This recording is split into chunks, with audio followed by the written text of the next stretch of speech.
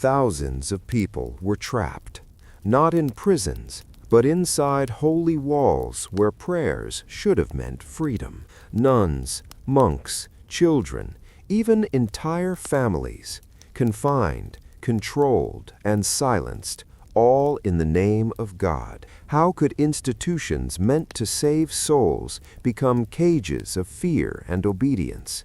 Tonight, we uncover the hidden prisons disguised as religious institutions and the dark truths history tried to bury. Imagine a world where the line between faith and authority is blurred.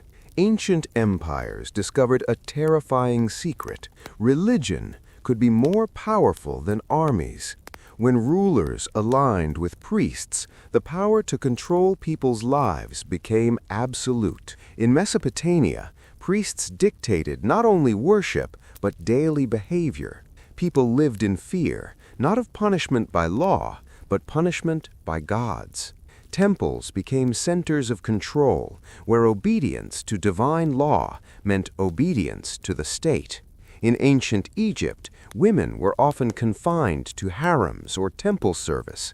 Their lives were dictated by rituals, arranged marriages, and sacred duties. Claiming it was for the gods' favor, the rulers gained total control. And when someone defied this system, they vanished from the records of history. Europe, centuries later, saw the rise of the church as a political powerhouse.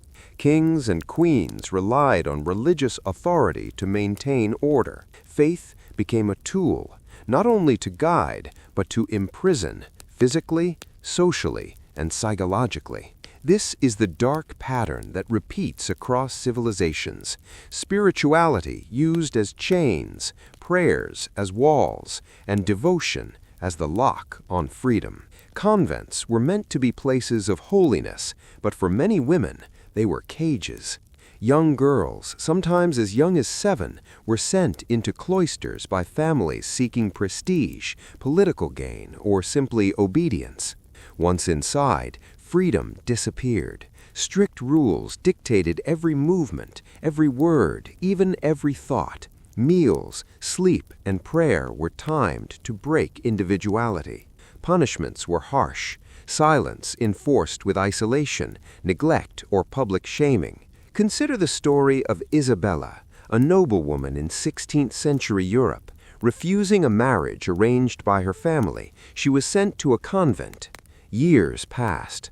The walls of the convent became her world. Letters smuggled out spoke of loneliness, despair, and the constant reminder, obedience was the only path to salvation. Convents didn't just confine bodies, they controlled minds. Women were taught that the outside world was sinful, dangerous, even evil. Obedience became a spiritual duty, and those who resisted faced isolation so complete it broke their spirits. And it wasn't limited to Europe. In Asia, women in Buddhist and Hindu monasteries faced similar confinement, often forced into temple service or marriage arrangements disguised as divine duty. The question lingers, were these women truly serving God or serving someone else's thirst for power? Monks, too, experienced a different kind of imprisonment. Monasteries were supposed to be sanctuaries for devotion and study, yet in reality, many became forced labor camps cloaked in sanctity. In medieval Europe, monks spent long days working the land, copying texts, or maintaining temples. Failure to meet expectations meant punishment, not from secular law, but from spiritual authority. Labor was sanctified as piety, yet beneath the prayers there was a relentless system of control. In Asia, Buddhist monasteries sometimes functioned as both spiritual centers and workhouses. Young boys were sent to live under monks' supervision, with strict rules and grueling tasks. Education was a reward for obedience, not freedom. Resistance or questioning the hierarchy could result in physical or psychological punishment. The pattern was clear. Devotion became exploitation. The walls that promised salvation often hid suffering. Gifts from believers, lands, and political connections allowed these institutions to operate beyond scrutiny, and the horrors within were often invisible to the outside world. From cloisters to monasteries, temples to hidden sects, history tells a chilling story. Places of worship, where hope and faith should have thrived, were sometimes the most oppressive prisons of all. Not all prisons wore the cloak of holiness. Some wore the guise of charity. Religious orphanages and boarding schools, established to care for children, often became cages of fear. Children were taught that obedience was a sacred duty. Misbehavior wasn't punished simply to correct, it was framed as sin, something that could damn their souls. Daily routines were regimented, early wake-up calls, endless prayers, chores, and strict rules, leaving no space for play, laughter, or imagination. In 19th century Europe and America, orphanages often held children for years. They were laborers in the institution's gardens, kitchens, and laundries. Their wages, or the products of their labor, were absorbed by the religious authorities. Punishments were severe: solitary confinement, deprivation of meals, or public humiliation. One shocking case comes from an Irish orphanage, where children who tried to speak out were locked in tiny windowless cells. Some survived, others never left. The outside world saw charity. Inside, it was fear disguised as faith. Even in schools, religious authority was absolute. Teachers and headmasters monitored thoughts and actions. Questioning doctrine or authority was not curiosity, it was rebellion, punishable in body and spirit. The question lingers: when faith becomes a cage, who truly protects the vulnerable? If convents and monasteries controlled through obedience, secret cults and extremist sects took it further. Punishment was not just spiritual, it was terrifyingly real. These groups used religion as a tool of absolute control. Members were isolated from family and society. Rules were strict, often cruel, and violations met with harsh physical or psychological punishment. In medieval Europe, secret sects like the Order of the Pious Sisters enforced confinement and labor under the guise of devotion. Women could be imprisoned for questioning leaders, sometimes disappearing entirely from public records. Across Asia, sects claimed divine mandates to justify harsh punishments. Followers who strayed from rules were forced into grueling labor, public shaming, or imprisonment within temple walls. Fear of spiritual damnation kept many silent, allowing abuse to continue unchecked for generations. The most chilling truth: the outside world often had no idea what was happening behind closed doors. Religious authority was trusted unquestioningly, and this trust became a shield for oppression.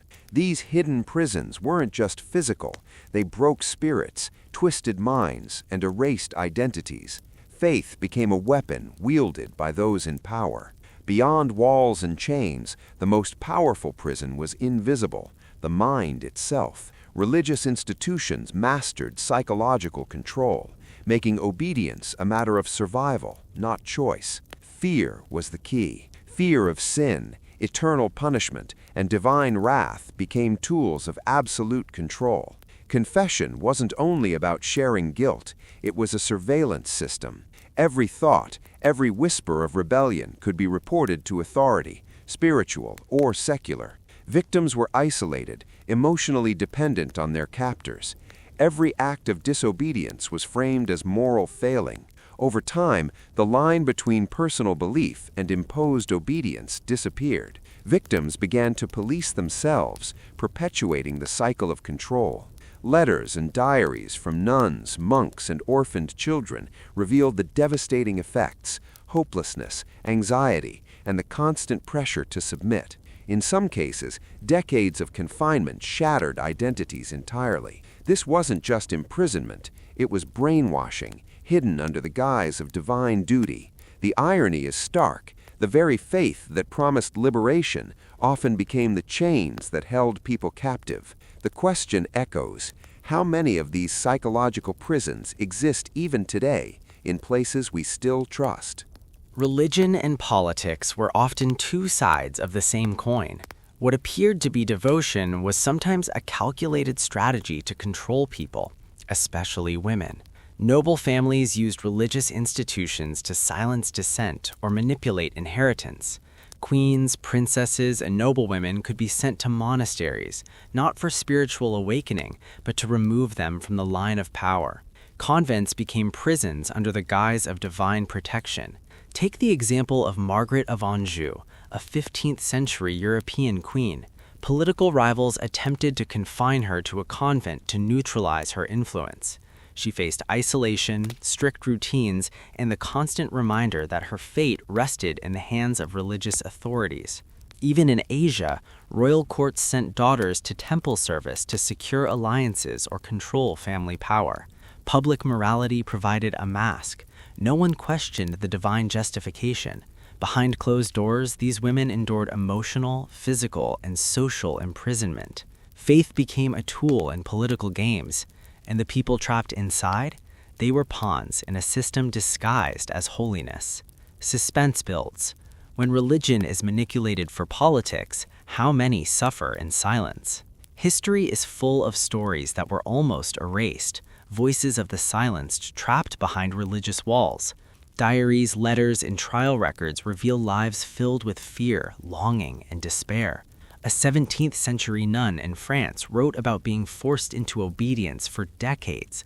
Her pleas for freedom went unanswered. The outside world never knew her story. She described days of isolation, strict punishment for small errors, and the haunting sense that she was both spiritually and physically imprisoned. Children in religious orphanages recorded similar horrors: stolen childhoods, labor disguised as piety, and fear so pervasive it shaped their entire sense of morality.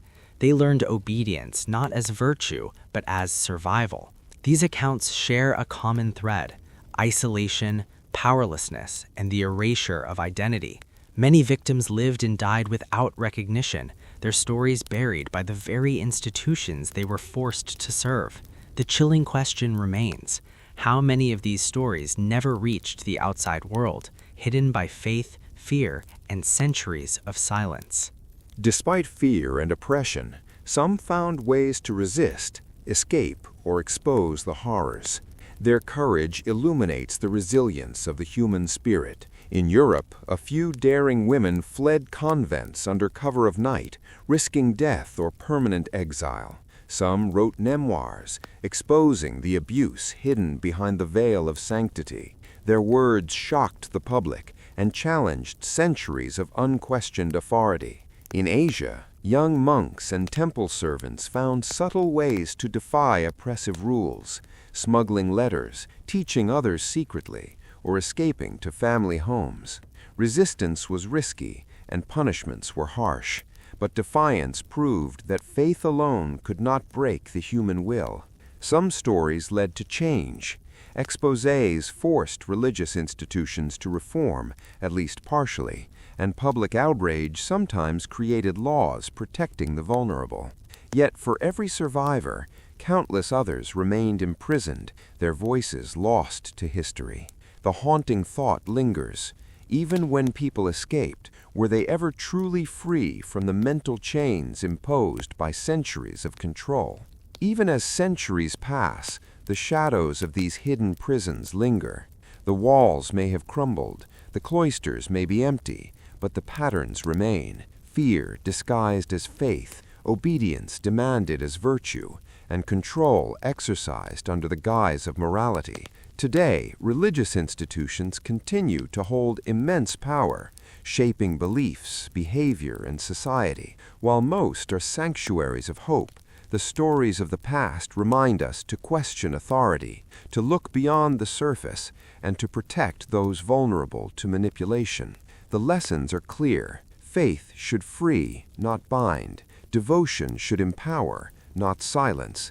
And history warns us: any system, sacred or secular, that controls through fear is capable of hiding horrors in plain sight. We end with a question that echoes through time: how many hidden prisons still exist today, behind walls we trust, behind institutions we revere, and how many lives are quietly trapped, waiting for a voice to tell their story. The past is not just history, it is a mirror, and only by confronting these hidden truths can we ensure freedom, justice, and compassion are never replaced by fear disguised as holiness.